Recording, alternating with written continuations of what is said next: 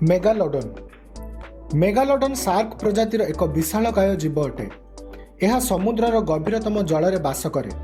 यार लंब 59 फुट एवं यार पाटी 7 फुट ओसार हो पारे। यार पाटी रे प्राय 276 तीक्ष्ण दांत रही।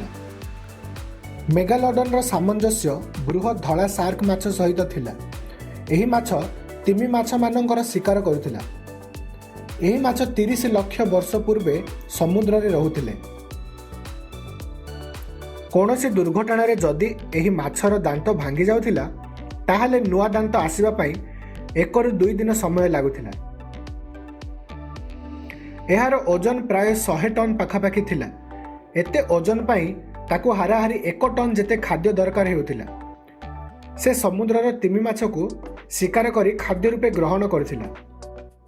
नूतन ज्ञान आहरण करने सह एहिपरि अनेक उपयोगी भिडियो देखिबा पई आम ई स्कूल ऑफिशियल चैनल को सब्सक्राइब करंतु। पाखरे थिबा बेल आइकन को क्लिक करंतु।